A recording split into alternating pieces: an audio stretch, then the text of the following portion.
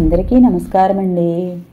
ఈరోజు డి రాజలక్ష్మి గారు రచించిన తన ప్రేమ కథ అనే కథను గురించి విందామా? బ్యాంక్ టైం అయిపోవడంతో హుషారుగా ఇంటికి వెళ్ళడానికి బ్యాగ్ తీసుకుని తన వస్తువులు సరిచూసుకుంటూ ఉండగా ప్రియతమా రాగాలు సఖీ కుశలమా అందాలు రింగ్టోన్తో మొబైల్ మోగుతోంది. నెంబర్ చూడగానే తన మొహంలో చిన్న చిరునవ్వు. కాల్ లిఫ్ట్ చేసిన అశోక్, బయలుదేరి వస్తున్నా, రెడీగా ఉండు, హాస్పిటల్కి వెళ్దాం అని కాల్ కట్ చేసి బ్యాంకు నుండి బయటకు వచ్చి బైక్ తీయబోతూ ఉండగా మరలా ఫోన్ రింగ్ అవుతోంది. అసహనంగా నెంబర్ వైపు చూశాడు. కానీ కళ్ళల్లో ఆశ్చర్యం. ఆ నెంబర్ తను ఒకప్పుడు ఎంతో ప్రేమించిన వసంతది. వసంత ఇప్పుడెందుకు తనకు కాల్ చేస్తోంది? అదిరిపడి ఉవ్వెత్తున ఎగిసిపడే హృదయ ఉద్వేగం. హలో, ఎవరు? హలో, నేను వసంతను. ఏ వసంత? అశోక్, నన్ను మర్చిపోయావా? అబ్బా, తమరేమైనా మర్చిపోయేంత చిన్న గాయం చేశారా మనసుకి? అయినా ఇప్పుడంతా ఎందుకులే గాని ఎందుకు కాల్ చేశావు అన్నాడు విసుగ్గా. జస్ట్ పలకరిద్దామని. ఓ, ఇంకా బతికేమున్నానో లేదో, లేకుంటే ఈసారి పూర్తిగా చంపి వెళ్ళిపోవడానికా? నువ్వు ఇలాగే మాట్లాడతావని నాకు తెలుసు. నీ స్థానంలో ఉంటే నేను కూడా అలాగే మాట్లాడేదాన్ని. ఊరికే ఈ చెత్త మాటలు నాకెందుకు? అసలు ఎందుకు ఫోన్ చేసావో ఆ విషయం చెప్పు. ఏమీ లేదు, మా అమ్మ వాళ్ళ ఇంటికి వచ్చా. నిన్ను కూడా ఒకసారి చూసి వెళ్దాం అనిపించింది. ఈ నెల రోజులు ఇక్కడే ఉంటాను. వీలుంటే ఒకసారి ఇంటికి రా అశోక్. మరో మాటకు అవకాశం లేకుండా కాల్ కట్ చేసి ఇంటికి బయలుదేరాడు. ఇంటికి వెళ్ళగానే గుమ్మంలోనే తన కోసం ఎదురు చూస్తూ పవిత్ర ఎదురొచ్చింది. 9వ నెల, గర్భవతి తను. నవ్వుతూ ఎదురొచ్చిన పవిత్ర భర్త ముభావంగా ఉండడం గమనించింది. బ్యాగ్ అందుకుని వెళ్ళిపోయింది. హాల్లో టీవీ ఆన్ చేసి చూస్తున్నాడు అన్న మాటే గాని గుండెల్లో ఏదో బాధ. వసంత గుర్తుకొస్తోంది. చిన్నప్పటి నుంచి తను, వసంత, పవిత్ర అందరూ కలిసే పెరిగారు, కలిసి చదువుకున్నారు. ముఖ్యంగా పవిత్ర అశోక్ మేనత్త కూతురు. వసంత క్లాస్మేట్. వసంతకు చిన్నప్పుడే తండ్రి చనిపోయారు. తన తల్లితో కలిసి అమ్మమ్మ, తాతయ్యలతో ఉండేది. అశోక్కు 2 చెల్లెళ్ళు. తల్లి గృహిణి, తండ్రి ఎల్ఐసి ఆఫీసులో చిన్నపాటి ఉద్యోగం. అందరూ ఒకే ఏరియాలో ఉండడం, కలిసి ఆటలు, చదువులు కూడా. అలా పెరుగుతూ తమకే తెలియకుండా అశోక్, వసంత ఒకరినొకరు ఇష్టపడుతూ వచ్చారు. స్నేహం పరిధిదాటి ప్రేమలో అడుగుపెట్టారు. అందరిలో మామూలుగానే ఉన్నా ఒకరంటే ఒకరికి చెప్పలేనంత ఇష్టంగా ఉండేవారు. వయసుతో పాటు అందం, ఆకర్షణ, తెలివితేటలు వసంత సొంతం.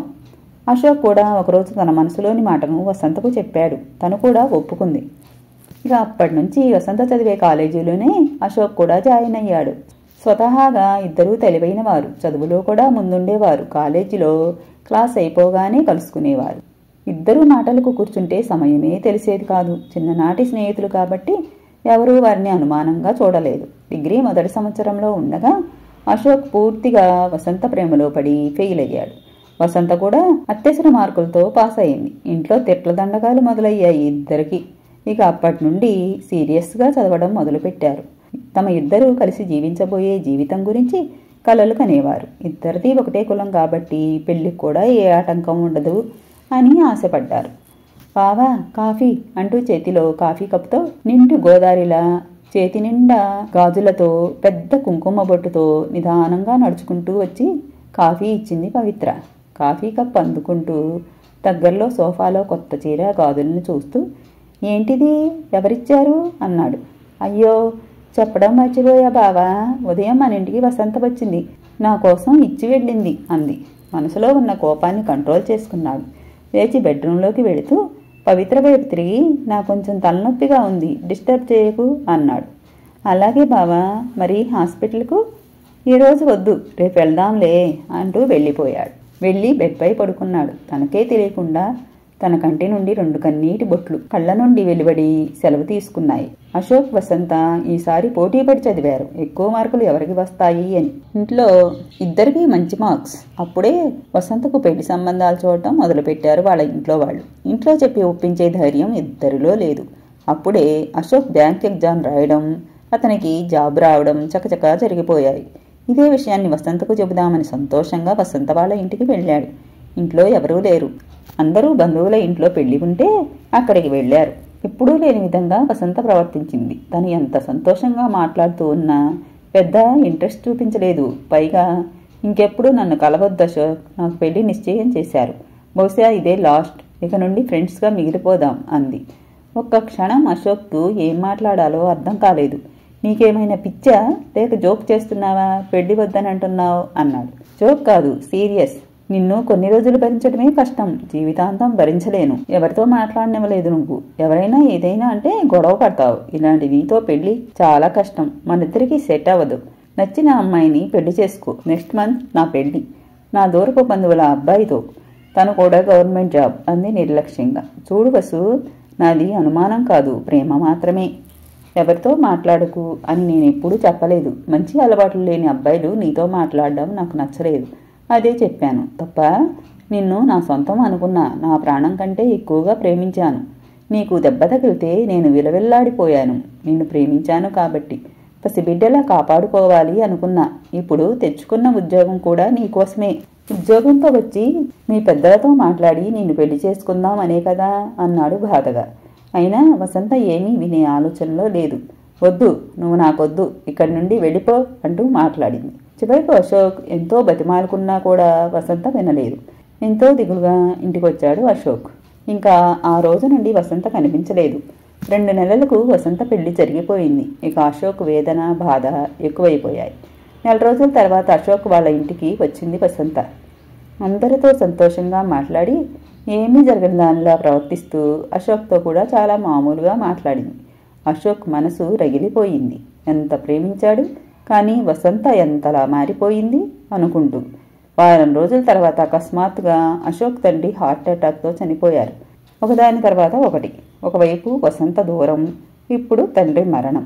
అశోక్పై కుటుంబ బాధ్యత. అప్పుడే అశోక్ మేనమామ తన కూతురు పవిత్రను పెళ్లి చేసుకోమని ఇంకా పెద్ద మొత్తంలో కట్నం డబ్బు ఇచ్చాడు. అంతేకాకుండా తన చెల్లెళ్ళు ఇద్దరికీ మంచి పెళ్లి సంబంధాలు చూసి అశోక్ మేనమామే ఘనంగా పెళ్లిళ్లు జరిపించేశాడు. కాలక్రమంలో వసంత ప్రేమ తన మనసుని అప్పుడప్పుడు రగిలిస్తున్నా బలవంతంగా వసంతను మర్చిపోయే ప్రయత్నం చేసేవాడు. 1 సంవత్సరం నుండి పవిత్రను ప్రాణంగా చూసుకోవడం మొదలుపెట్టాడు. వసంత చేసిన తప్పు పవిత్రను బాధ పెట్టడం మంచిది కాదు అని. ఇప్పుడు ఇద్దరూ అన్యోన్యంగా ఉన్నారు. ఇలాంటి టైంలో వసంత మరలా ఎందుకు వచ్చింది అనే ఆలోచనతో మరుసటి రోజు ఉదయాన్నే పవిత్ర, బావా బావా త్వరగా నిద్రలే, నీకో విషయం చెప్పాలి అంటూ. ఏంటి అన్నాడు కళ్ళు తెరవకుండాని. ఆ వసంత చనిపోయిందంట, త్వరగా లేపావా అంది. ఒక్క క్షణం మెదడు మొద్దుబారిపోయింది. అశోక్కు కళ నిజమా అనిపించింది. పవిత్ర వస్తాను అంటున్నా వారించి అశోక్ బైక్పై వేగంగా వసంత వాళ్ళింటికి వెళ్ళాడు. నిర్జీవంగా వసంత ఇంటి ముందు. మనసంతా దిగులుగా, తన మీద కోపం రావట్లేదు, జాలి అనిపిస్తుంది అశోక్కి. కార్యక్రమాలన్నీ పూర్తయిపోయాయి. ఇంటికి వచ్చాడు. ఏదో పోగొట్టుకున్నాడు అనిపించింది. ఇలా ఉండగా వారం రోజుల తర్వాత ఆఫీసులో ఉండగా తన ఈమెయిల్ ఓపెన్ చేశాడు. అది వసంత చనిపోవడానికి ముందు చివరగా పంపిన మెయిల్. చాలా ఆత్రంగా చదవడం మొదలుపెట్టాడు. ప్రియమైన అశోక్కి, ఇలా సంబోధించడానికి నాకు హక్కు లేదు, కానీ నా మనసులో నీ స్థానం ఎప్పటికీ చెరగనిది. నాకు తెలుసు నీకు నాపై చాలా కోపం ఉందని. కొన్నిటిని నీతో చెప్పుకోవాలి అనిపిస్తోంది. ఇప్పటికైనా నా మనసులో నీ బాధను తగ్గించుకోవాలి అనిపిస్తుంది. మొదటిగా నిన్ను నేను పెళ్లికి నిరాకరించిన సందర్భం, నువ్వు నాతో విడిపోవటానికి కొన్ని రోజుల ముందు మీ అమ్మా నాన్న నన్ను మీ ఇంటికి పిలిపించారు. మన ప్రేమ విషయం తెలిసి తెలియనట్టు ఉన్నారని అర్థమైంది.